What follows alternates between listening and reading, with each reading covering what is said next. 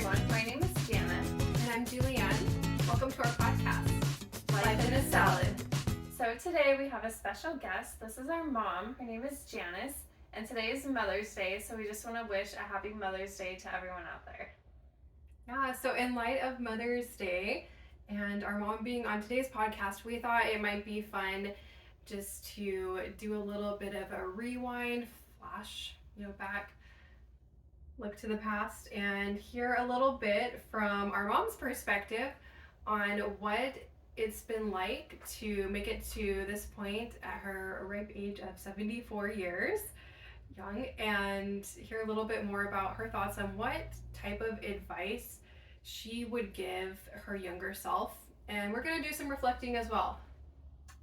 Yes, so like we said, our mom is a little bit older. She had us later in life and has lots of experience, more than we do. That We call it wisdom. Yeah, definitely lots of wisdom. Yes. Are you looking like that? No, you don't agree?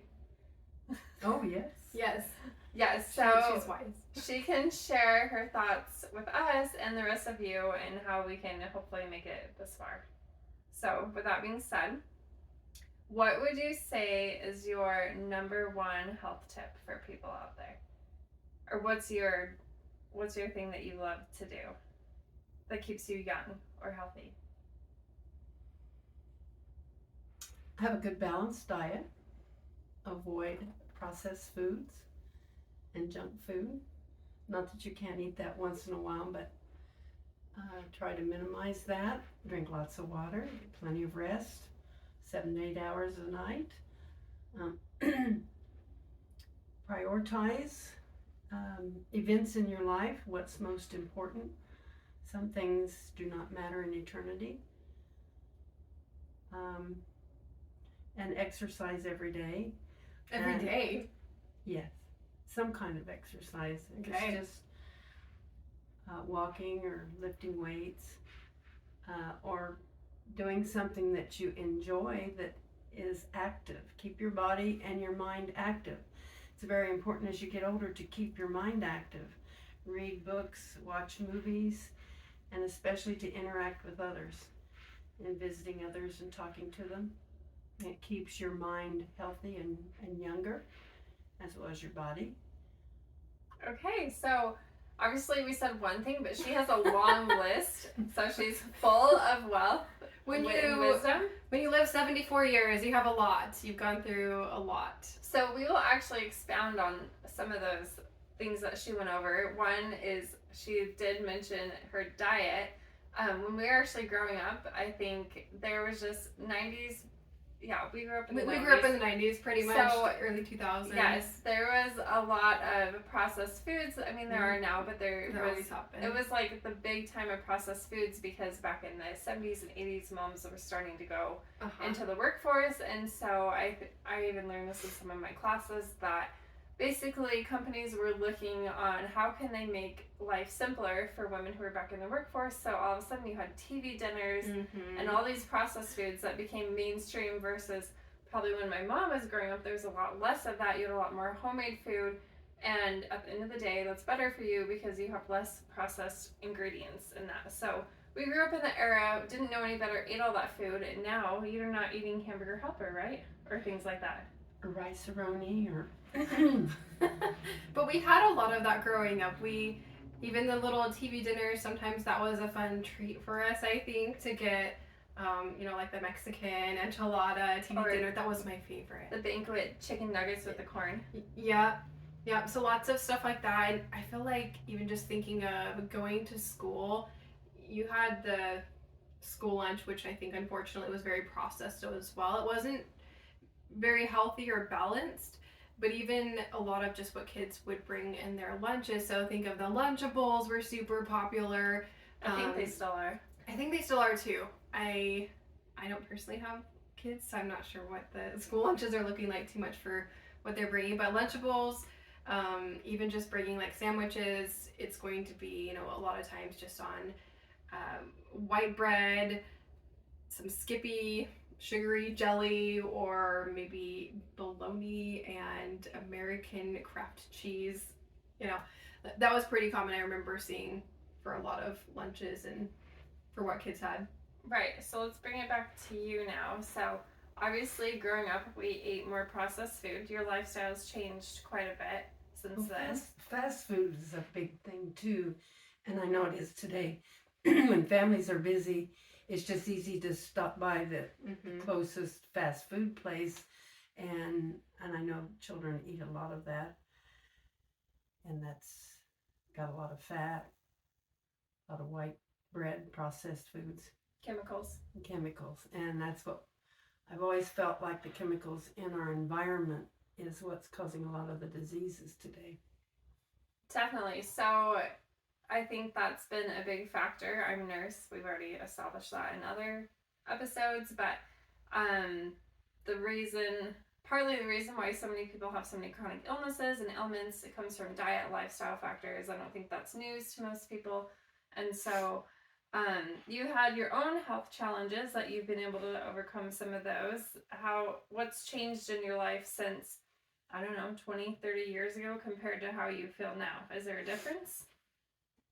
Very definitely. I grew up as a sick child with asthma, really, in and out of hospitals and that kind of thing. And now I never even have a cold. I think the big factor is diet. Eating lots of fresh fruits and vegetables, drinking water is your main beverage.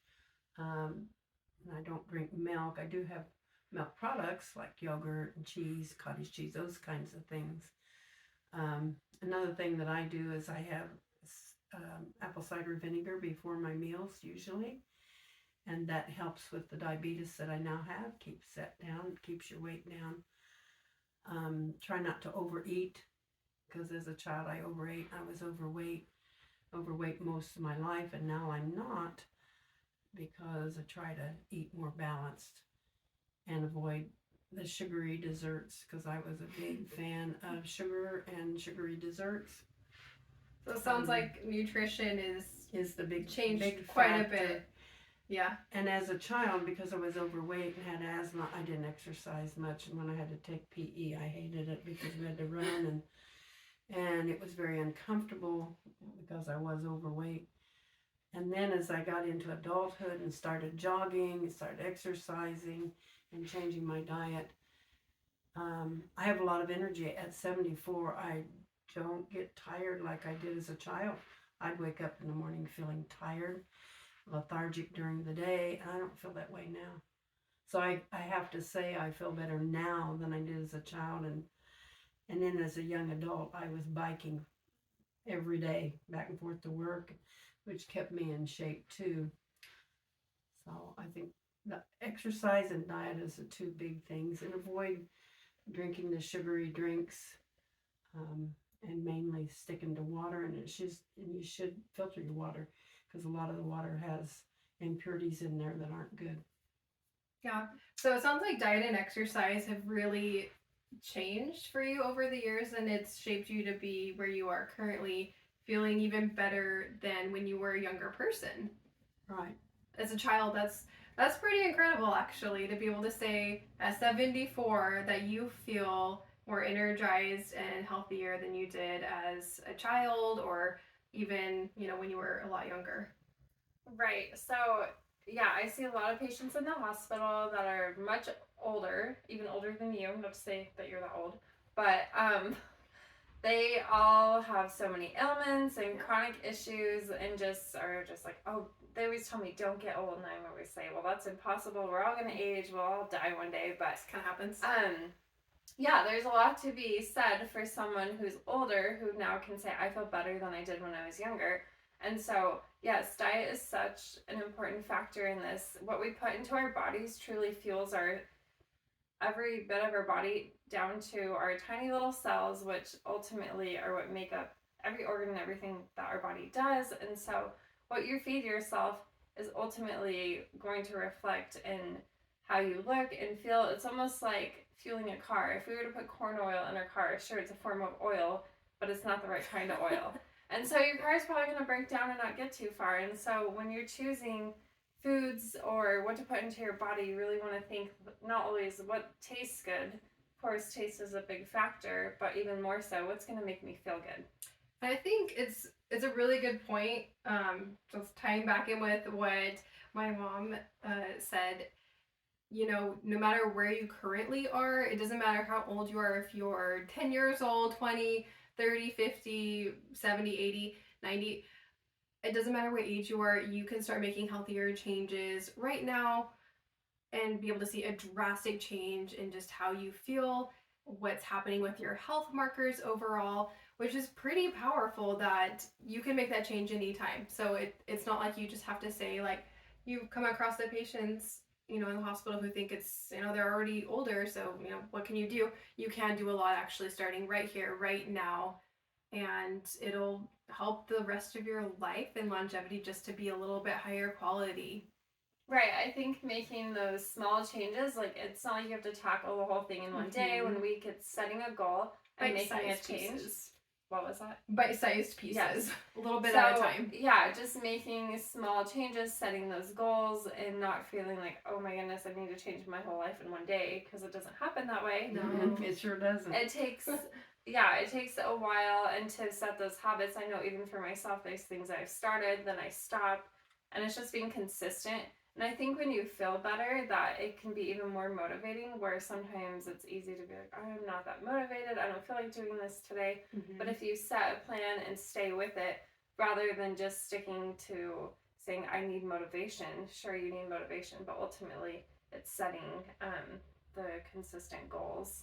That's one of reaching them. I think that's one of the most important things that you noted right there. As a health coach, I work with people every day, and I think one of the biggest challenge or obstacle I've seen anyone encounter with, it doesn't matter what your health goal is, if you're trying to lose weight, make healthier nutrition changes, start exercising, whatever it is, motivation, that happens. And people, they kind of base whether or not they're going to be successful with making a behavior change on whether or not they feel motivated. And if we're going to be honest and realistic about it, I don't think any of us feel motivated 100% of the time.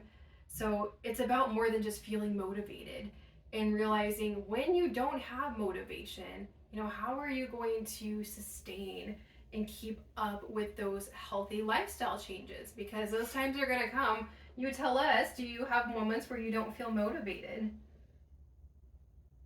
Well, I think there's times when you fall back. You know, you prioritize, you set your goal, and you strive toward that every day, but there's days when you will regress or fall back, but you've got to get right back on it. And I think a big part is attitude, you know, and I know my attitude toward diet, for example, has changed. When I was a child, I lived to eat. I loved to eat. I loved the taste, and it was never enough, and I liked all the junk food and the desserts and everything. But now I look at things as what's it going to do for my body and how healthy it is, rather than what it tastes like. Sometimes I eat things I don't really care for, but I know it's doing my body good. So I think a big part is your attitude and perspective, and keeping your goal in sight. And if you fall back, not give up. And some people will do that. They will make a mistake in their diet and say, oh, well, I shot my diet, I'll just go ahead and eat everything. Yep. And I have been in that mode a long time ago. And like you said, it's a little bit by little bit. You can't change everything in one day. That's overwhelming, and you'll not succeed. But you do a little bit at a time, and you keep at it and keep working at it. It's like exercise. So you're on vacation, you didn't exercise like you normally do. Well, you get back on track. And I've done that a week at a time, go visit my son, and I didn't exercise like I do at home. When I get right back on the track. And that keeps you kind of in balance. Right, and then you're still pretty active. You still go out and work when you want to, and all these different things at your age, where, you know, I see people in the hospital, they're like, I'm in a wheelchair, or I can barely get out of bed. And so I think that's really something to be said. You choose to stay active, and because she does that she's able to have so much more like mental clarity, and not just be in a chair at her house sitting all day, and it's essentially, I hate to say this, but wasting away. You can't give in. You can't give in to the pain, because I do have aches and pains, as anybody my age probably does. I have some osteoarthritis, and so when I first get up in the morning, if I were to give in that pain like a lot of people do, and say, oh, I hurt here and there and everywhere, I'm just going back to bed. I get up and start stretching and moving and exercising, take a hot shower and then a cold shower, and get myself going. And the pain goes away, or I'm able to function normally throughout the day. So you have to fight it sometimes. And I have diabetes. That's something you have to work on every day and fight it. You can't give into it or give up, or you're just, oh, it's all downhill. Yes, those are all really good points. And I think just the whole active part keeps your mind sharp, keeps you moving, your blood flow going. How she mentioned cold showers, I'm all about that. I like to do ice baths, so that's on a whole nother level. But there's a lot of some anti-inflammatory benefits. Yes. Connected with that. And it boosts your immune system. Exactly. So Yes. we're all getting a little bit more into the cold shower, ice bath idea, so that might be a little bit more for another topic on a different day. Yes. Anything else that you would... That will you share as your words of wisdom? Any final notes that you want to share with everyone? Live life to the fullest and love people. And whenever you see somebody, smile, talk to them. It'll open a whole new world for you. And when your attitude and your mind changes happen in your life, and you'll find that you'll be a happier individual. Completely agree. Well, we appreciate our mom being on here with us. Yes, thank you so much for joining us for Mother's Day, and a very happy Mother's Day to all of you moms and women out there. It's a special day, and we really want to make sure that everyone feels appreciated. Yes, and just as a reminder, we are medical professionals, but we're not doctors. This is not to be taken as medical advice. We always advise that you go to your doctor if you have specific questions or looking to change big major lifestyles or anything like that in your life. And with that being said, follow us